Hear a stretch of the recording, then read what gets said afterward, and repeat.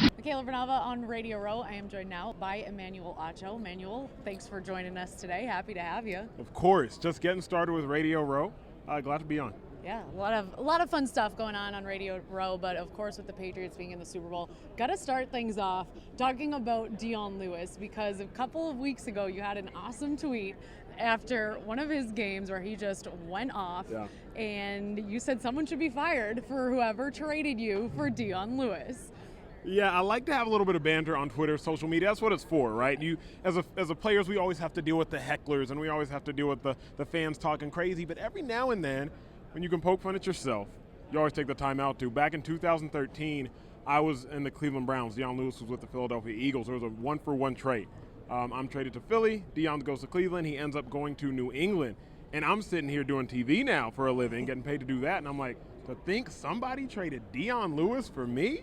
What was it that you saw in his play that made you tweet that? I mean, of course, we all see how great he is, but that one particular game, what was it that made you say, I think numbers speak for themselves. It's the same thing with Tom Brady. It's the same thing for a lot of those Patriots players. He was the first guy, kick return, receiving, and rushing touchdown. First off, the numbers speak for themselves. There's a long tenure in the NFL history. So to be the first to do anything positive, that means something. Besides that, obviously he's fast, he's quick, he's very versatile, low to the ground, which makes him difficult to tackle.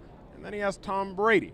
So having Tom Brady definitely helps accentuate his game. And the funniest part of all of this is that Joe Banner responded to you and actually pointed out the irony was the fact that he traded for Dion Lewis and actually got fired. See, here's the thing. Joe Banner, he responded to me. I didn't know if he was throwing shade or not, because he's like, I actually traded you away, Emmanuel, and still got fired. Hope you're well.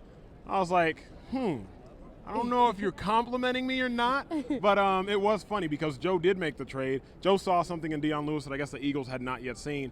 But again, when Dion was in Philly, I think it was more injury prone. So there were some things that helped quicken that move.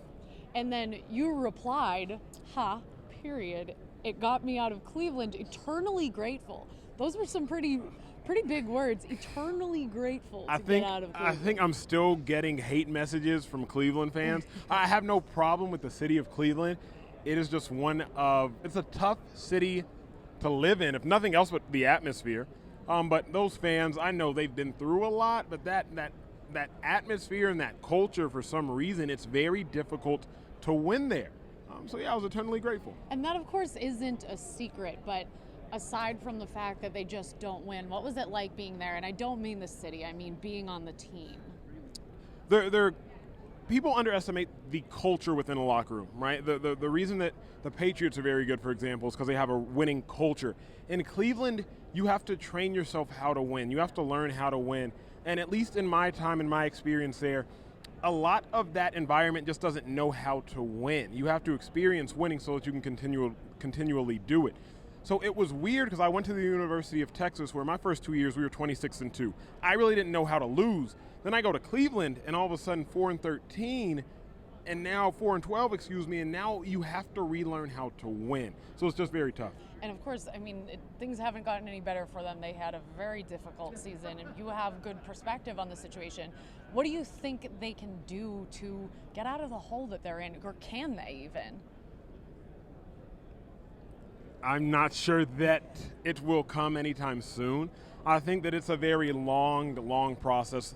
The problem, again, is, say even a player like Tom Brady goes to Cleveland instead of New England. If he doesn't have Bill Belichick, then if he struggles after a game, 2 games, 3 games, you would never have heard of him again. Whereas some organizations like the Patriots or even the Green Bay Packers, Aaron Rodgers had the luxury of sitting for 3+ years before he had to go in there. If Aaron Rodgers goes to Cleveland, he would have played his rookie year, he may have struggled, he would have been shipped off. So the organization, in my opinion, has to change the way in which they do things, but they don't have a talent just ridden, a roster overflowing with talent. So you have to rush to put players in ahead of their time. I know that might be a difficult thing to say, as it might not be the most favorable or what Cleveland fans want to hear, but it is on an honest assessment and honestly a good analysis. So I appreciate it. I'm sure everyone else does too. And at least they have LeBron. They do have LeBron. Like, what else you want? Yeah. You got LeBron. You just won a championship. You go. I mean, you can't be greedy. You got one for the state, one for the city. That is, you're good. Well, Emmanuel, what are you up to yourself these days? Now I transitioned last year, 2015. I was with the Philadelphia Eagles. In 2016, I realized I've played 4 years in the NFL, so I'm fully vested. So I was able to smoothly transition into TV. So I work for ESPN's Longhorn Network down in Austin. I do a show with Fox 7's Good Day Austin, a morning show. And now really just accepting that whole TV role and all the capacity it comes with. Well, congratulations, and thanks for talking with us today. Thank Appreciate you. it. You got it.